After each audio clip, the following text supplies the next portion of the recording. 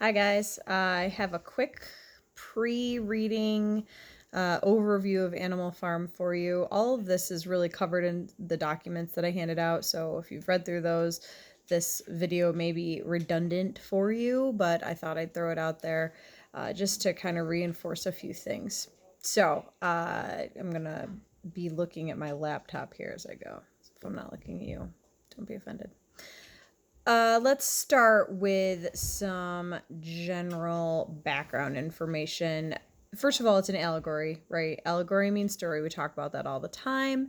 And this is the first real true allegory you've read, where you have a story that is symbolic of something on a larger level. More than just a single symbol in a story, you have multiple symbols that all together work to symbolize one big thing. And in this case, it's the Russian Revolution.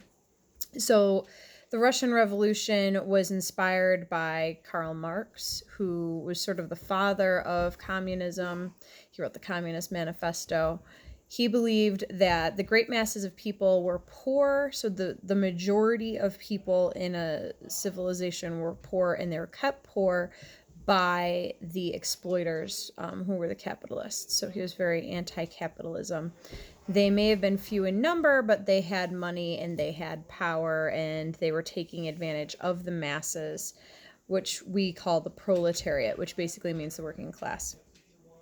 He also believed that a revolution was necessary in order for the oppressed to throw off the oppressor, the rich owners.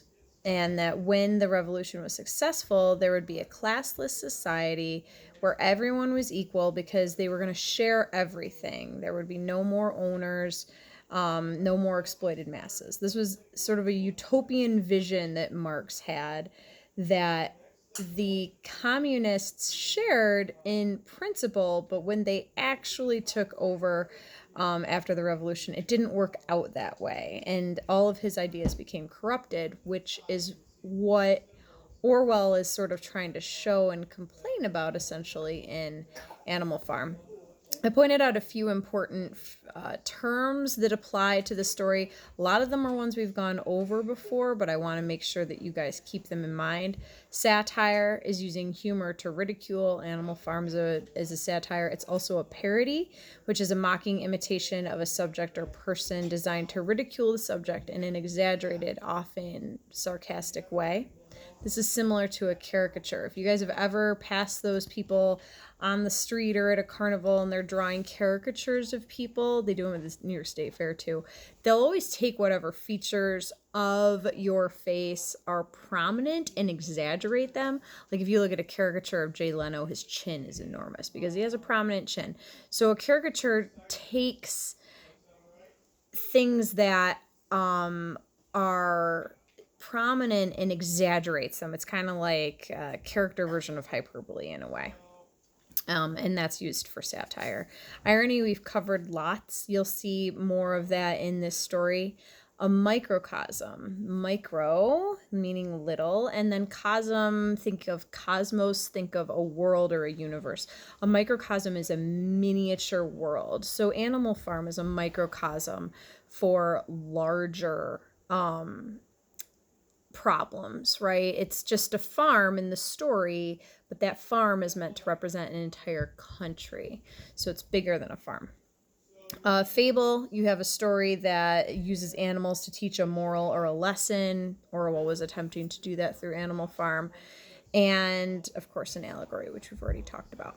So, talking about some of these characters, you have Mr. Jones. He represents the czar in Russia, who was not a very good leader in the first place, and then he was very cruel. He could be brutal. If somebody opposed him, he would go after them. But he also occasionally could be kind. He had some kind qualities, and you see the same things in Mr. Jones, right? He's very irresponsible. He leaves the animals without feeding them.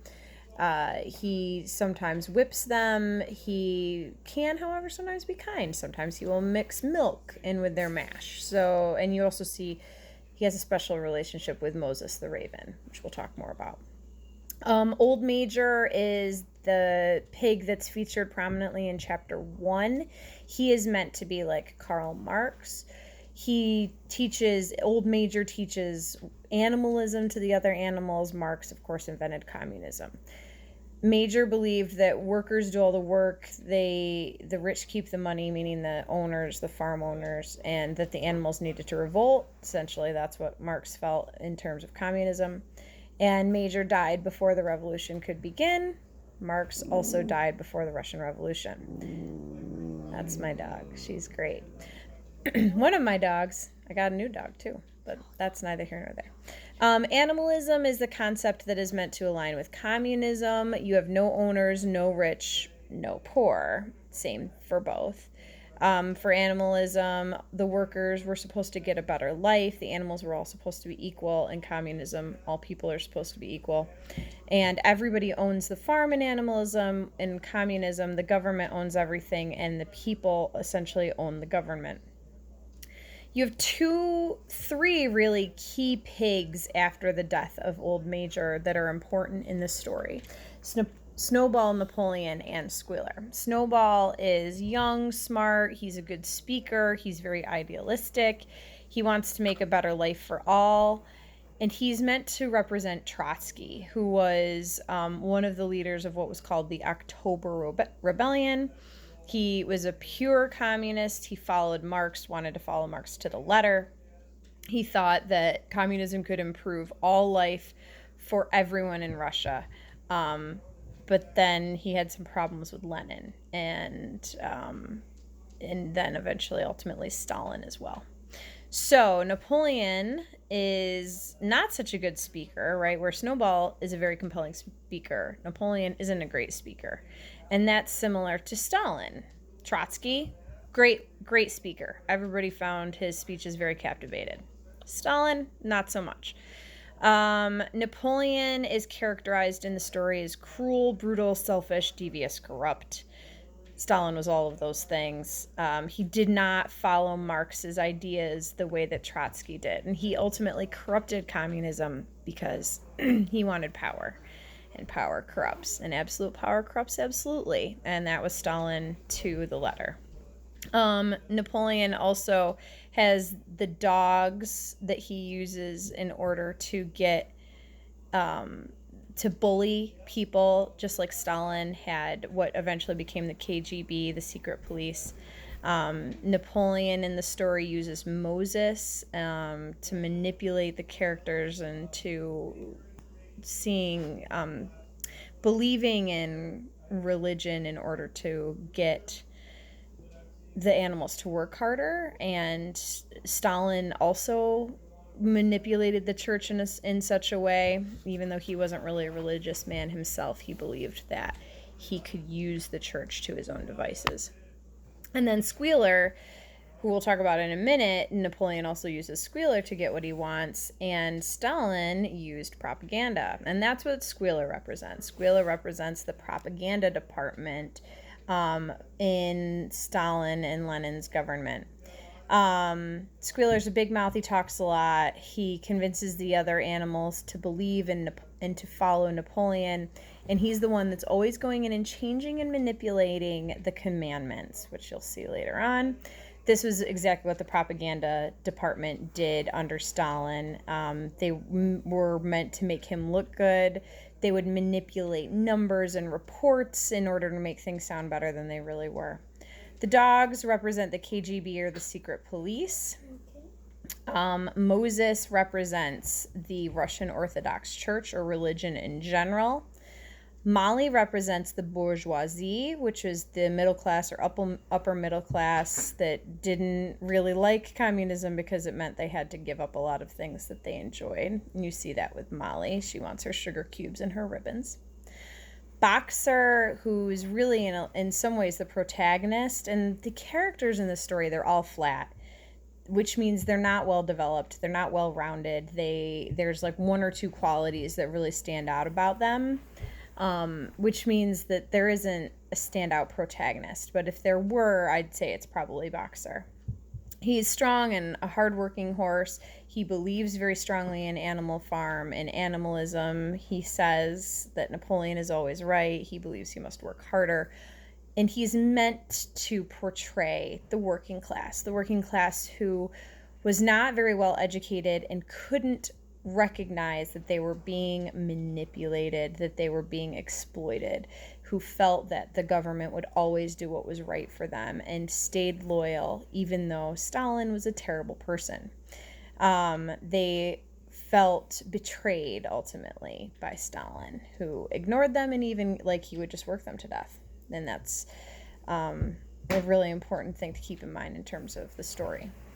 You also have Benjamin. He represents skeptics or cynics, people that recognized that Russia wasn't going to be as successful as everybody wanted to believe it would be. He's portrayed by a donkey in the story. He keeps saying nothing will ever change. It doesn't matter who the leadership is. Things are always going to be the same. And he usually is right in the story. When he predicts something, he knows what's going to happen.